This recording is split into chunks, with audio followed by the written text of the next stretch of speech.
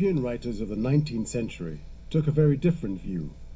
The influential German philosopher Hegel set the tone when he declared that Africa was not a historical part of the world and exhibited no movement or development. It was argued that signs of past progress must have been left by outsiders. When they, the first European navigators of the end of the Middle Ages, arrived in the Gulf of Guinea and landed at Vega, the captains were astonished to find the streets well cared for, bordered for several leagues in length by 2 rows of trees. For many days they passed through a country of magnificent fields, a country inhabited by men clad in brilliant costumes, the stuff of which they had woven themselves. More to the south, in the kingdom of Congo, a swarming crowd, dressed in silk and velvet. Great states well ordered, and even to the smallest details, powerful sovereigns, rich industries, civilized to the marrow of their bones. And the condition of the countries on the eastern coasts, Mozambique, for example, was quite the same. What was revealed by the navigators of the 15th to the 17th centuries furnishes an absolute proof that Negro Africa, which extended south of the desert zone of the Sahara, was in full efflorescence, which the European conquistadors annihilated as far as they progressed. For the new country of America needed slaves, and Africa had them to offer, hundreds, thousands, whole cargoes of slaves. However, the slave trade was never an affair which meant a perfectly easy conscience, and it exacted a justification. Hence one made of the Negro half-animal an article of merchandise. And in the same way the notion of fetish, Portuguese feticero, was invented as a symbol of African religion. As, for me, I have seen in no part of Africa the Negroes worshipping a fetish. The idea of the barbarous Negro is a European invention which has consequently prevailed in Europe until the beginning of this century. What these old captains recounted, these chiefs of expeditions, Elbs, Marques, Pigafetta, and all the others, what they recounted is true. It can be verified. In the old Royal Kunstkammer of Dresden, in the Wiedemann collection of Ulm, in many another cabinet of curiosities of Europe, we still find West African collections dating from this epoch. Marvelous plush velvets of an extreme softness, made of the tenderest leaves of a certain kind of banana plant. Stuff soft and supple, brilliant and delicate, like silks, woven with the fiber of the raffia, well prepared. Powerful javelins with points encrusted with copper in the most elegant fashion. Bows so graceful in form and so beautifully ornamented that they would do honor to any museum of arms whatsoever. Calabashes decorated with the greatest taste. Sculpture in ivory and wood, of which the work shows a very great deal of application and style. And all that came from countries of the African periphery, delivered over, after that, to slave merchants. But when the pioneers of the last century pierced this zone of European civilization and the wall of protection which had, for the time being, raised behind it, the wall of protection of the Negro still intact, they found everywhere the same marvels which the captains had found on the coast. In 1906 I penetrated into the Carcasse Sankaroo. I found, still, villages of which the principal streets were bordered on each side, for leagues, with rows of palm trees, and of which the houses, decorated each one in charming fashion, were works of art as well. No man who did not carry sumptuous arms of iron or copper, with inlaid blades and handles covered with serpent skin. Everywhere velvets and silken stuffs. Each cup, each pipe, each spoon was an object of art, perfectly worthy to be compared to the creations of the Roman European style. But all this was only the particularly tender and iridescent bloom which adorns a ripe and marvelous fruit. The gestures, the manners, the moral code of the entire people, from the little child to the old man, although they remained within absolutely natural limits, were imprinted with dignity and grace, in the families of the princes and the rich, as in the vassals and slaves. I know of no northern people who can be compared with these primitives for unity of civilization. And the peaceful beauty was carried away by the floods. But many men had this experience.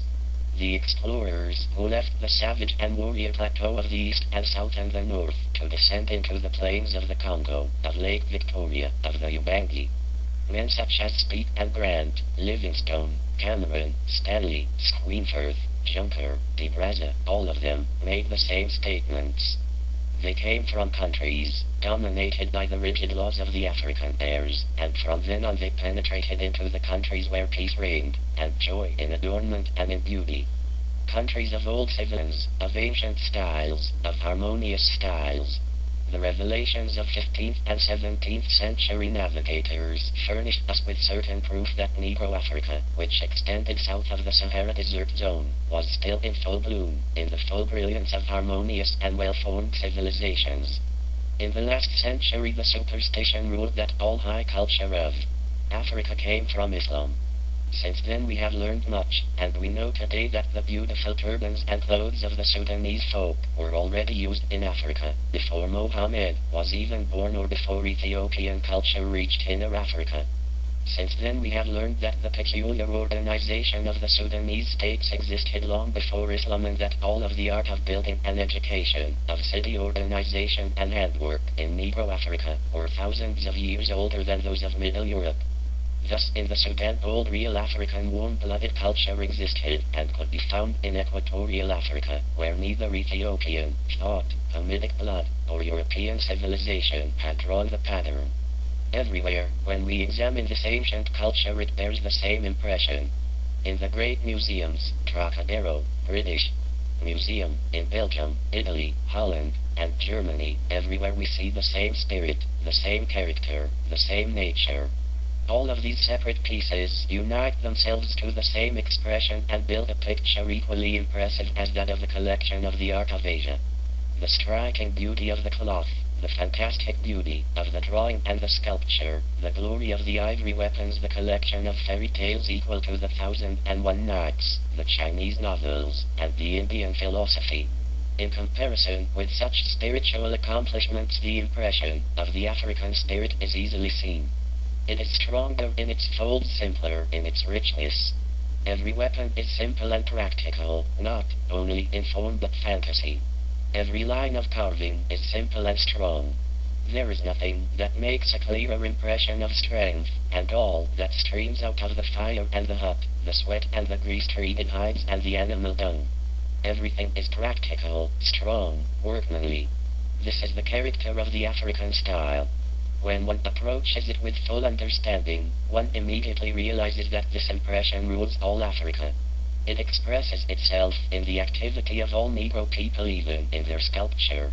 It speaks out of their dances and their masks, out of the understanding of their religious life, just as out of the reality of their living, their state building, and their conception of fate. It lives in their fables, their fairy stories, their wise sayings, and their myths. And once we are forced to this conclusion, then the Egyptian comes into the comparison. For this discovered culture form of Negro Africa has the same peculiarity. Of all peoples, the Negroes are those who most abhor injustice. There is complete and general safety throughout the land. The traveler here has no more reason than the man who stays at home to fear brigands, thieves, or ravishers. The following is a paragraph taken from Basil Davidson's The Lost Cities of Africa, page 65, The Coming of Iron. How ancient is the use of middle salts of the desert? Some judgments, even these last few years, have reasserted an older European idea that Africans remained in the Stone Age until the colonial period began.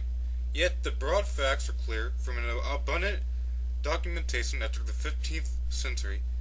The only African peoples who were still in the Stone Age at the time of the 15th century discovery, it turns out, were Pygmies and Bushmen, people who lived in the Canary Islands and the island of Fernando Po, and perhaps one or two other communities on the mainland. Many African peoples, like their contemporaries in Europe, were still using stone and bone, but they were also using metal. They had been using it for a long time.